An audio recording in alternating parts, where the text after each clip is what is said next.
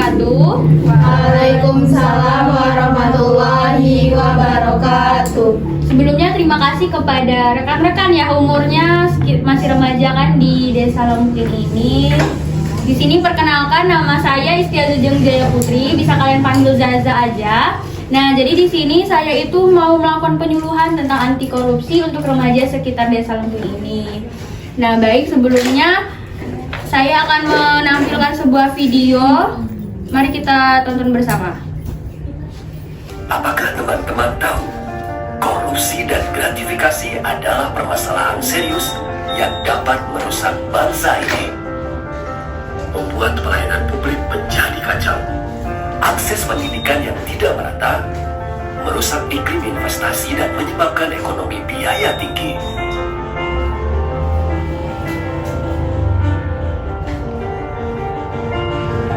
Menyebabkan diskriminasi dalam berkarir dan sulitnya mengejar prestasi di kancah dunia. Karena itu, mari kita semua bersatu untuk memutus mata rantai korupsi dan gratifikasi. Jadilah pahlawan integritas dan hapuskan diskriminasi akibat korupsi. Berjuang untuk bebas dari korupsi dan gratifikasi, karena bangsa merdeka adalah bangsa yang adil dan sejahtera. Wujudkan Indonesia merdeka tanpa korupsi dan gratifikasi. Apa? Baik, jadi itu tadi adalah salah satu video animasi tentang anti korupsi tersendiri. Nah, sebelumnya di sini Zaza mau tanya nih sama rekan-rekan sekalian. Udah ada tahu belum apa sih itu tentang korupsi, atau kayak kata korupsi itu apa sih yang dipikirkan oleh rekan-rekan sekalian? Mungkin kayak mengambil hak orang. Oh iya, mengambil hak orang lain ya. Terus yang lain apa? Berbohong, suap menyuap, kurang lebih gitu sih. Iya, benar sekali. Jadi kayak korupsi itu mengambil sesuatu yang bukan punya kita, berbohong, berbuat curang. Nah, sebelumnya di sini Zaza tuh ada selebaran kayak poster gitu, bisa teman-teman lihat. Boleh dibagikan ke belakang ya, tolong.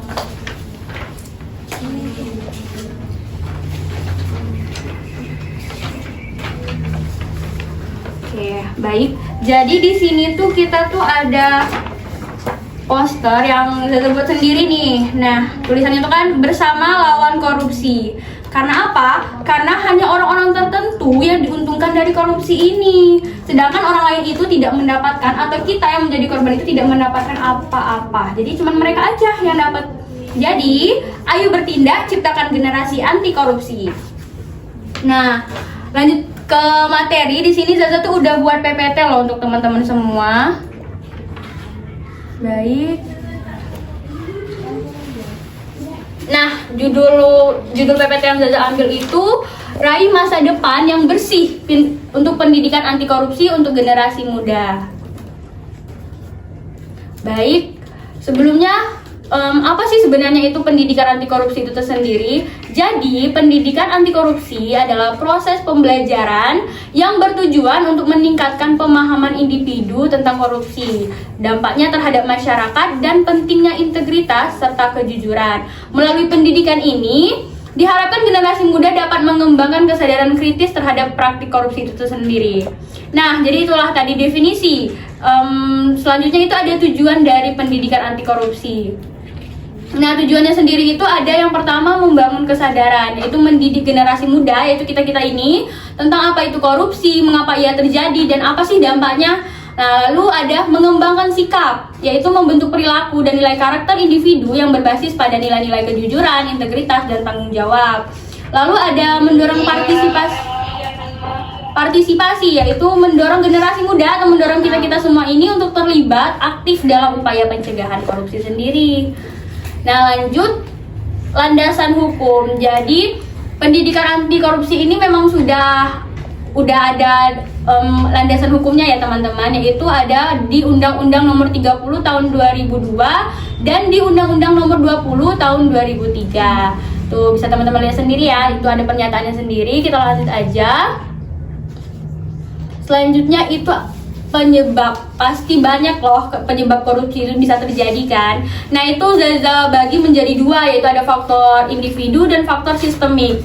Nah, faktor individu ini terdiri dari ketidakpuasan ekonomi. Jadi orang itu kayak belum puas, masih ada rasa ingin terus, jadi ingin mencari apa sih yang belumnya itu dengan cara yang salah. Jadi yang melakukan korupsi. Selanjutnya itu keserakahan. Nah, balik lagi karena ketidakpuasan ekonomi itu tadi, jadi dia ada muncul sikap keserakahan itu, jadi dia menyebabkan melakukan korupsi itu. Lalu ada faktor individu yang lainnya itu yaitu kurangnya integritas. Selanjutnya ada faktor sistemik. Nah, faktor sistemik ini yang pertama ada lemahnya pengawasan. Jadi kayak kurangnya pengawasan, jadi orang bisa dengan mudah melakukan korupsi ya. Lalu ada birokrasi yang rumit. Nah, dan budaya yang negatif. Oke, jadi itu aja penyebab dari korupsi. Lanjut, ada dampak dari jika kita melakukan korupsi itu sendiri. Yang pertama itu ada dampak ekonomi. Nah, dampak ekonomi yang pertama itu menghambat pertumbuhan. Jadi korupsi itu menghambat pertumbuhan yang menciptakan pemborosan sumber daya dan menyebabkan proyek yang seharusnya bermanfaat bagi masyarakat jadi terhambat. Lalu ada penyusutan investasi. Nah, penyusutan investasi asing berkurang di daerah dengan reputasi tinggi terhadap korupsi. Selanjutnya ada dampak sosial yang terjadi jika kita melakukan korupsi itu sendiri. Yang pertama ada ketidakadilan sosial. Nah, yang kedua ada kehilangan kepercayaan. Lalu yang terakhir ada dampak dari korupsi itu adalah dampak lingkungan loh. Jadi korupsi pun ada dampaknya untuk lingkungan, yaitu menimbulkan kerusakan lingkungan. Jadi praktik korupsi ini dalam sektor lingkungan seperti perizinan yang tidak transparan dapat menyebabkan eksploitasi sumber daya alam secara berlebihan yang dapat mengancam ekosistem dan keseimbangan lingkungan kita itu terganggu. Oke. Nah, jadi karena udah kita tahu apa faktor-faktor penyebab, udah tahu apa dampaknya, jadi kita harus tahu strategi agar kita tuh terhindar dari korupsi ini tersendiri. Yang pertama itu ada pendidikan dan kesadaran. Nah, untuk di pendidikan dan kesadaran ini kita harus melakukan inklusi kurikulum, yaitu adanya pendidikan anti korupsi perlu diintegrasikan atau perlu direalisasikan, perlu kita lakukan ke dalam kurikulum pendidikan di semua kalangan tingkat. Nggak mesti ini nggak mahasiswa semua kan, masih ada sekolah kan. Nah iya, jadi itu tuh nggak mesti kayak Zaza nih mahasiswa kan, nggak mesti. Kalian pun bisa loh, atau ajak adik-adik atau ajak orang tua kalian itu bisa. Lalu ada pelatihan dan workshop. Nah, mengadakan pelatihan bagi guru atau tenaga pendidik tentang cara menyampaikan materi anti korupsi secara efektif. Lalu yang kedua itu ada pengawasan dan pelaporan.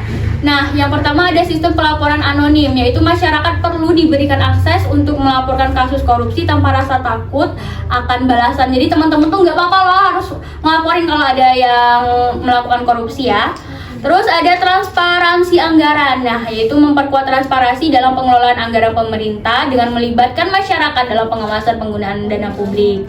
Yang ketiga itu ada partisipasi masyarakat, yaitu gerakan masyarakat anti korupsi. Nah, mendorong pembentukan komunitas atau organisasi yang berfokus pada gerakan anti korupsi. Lalu ada kampanye kesadaran, yaitu menggunakan media sosial atau media massa untuk meningkatkan kesadaran masyarakat tentang bahaya korupsi dan pentingnya integritas. Nah, jadi dengan datangnya teman-teman ke acara atau kegiatan penyuluhan Zaza ini udah termasuk ke strategi menghindari korupsi, yaitu bagian ke gerakan masyarakat anti korupsi ini.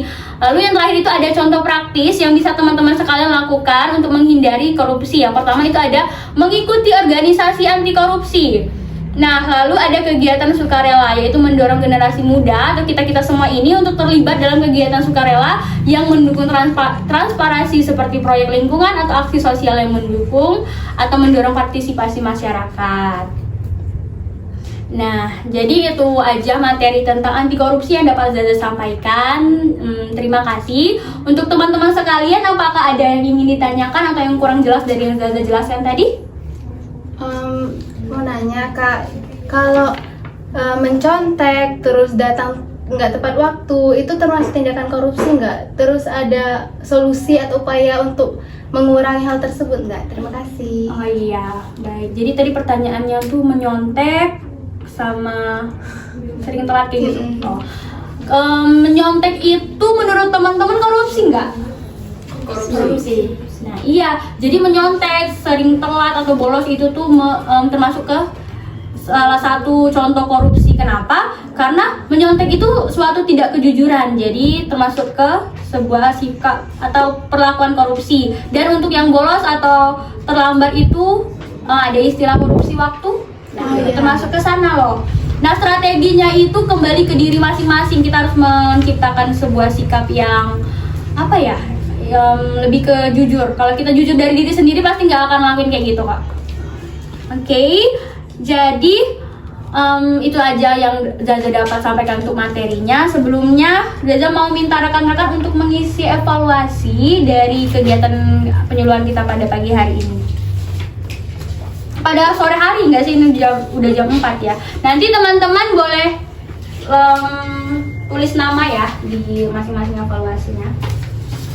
Ada 5 soal, udah ada pilihannya.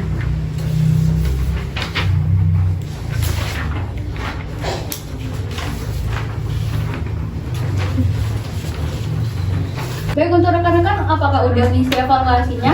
Ya sudah. Terima kasih. Boleh dikumpulkan? Terima kasih ya.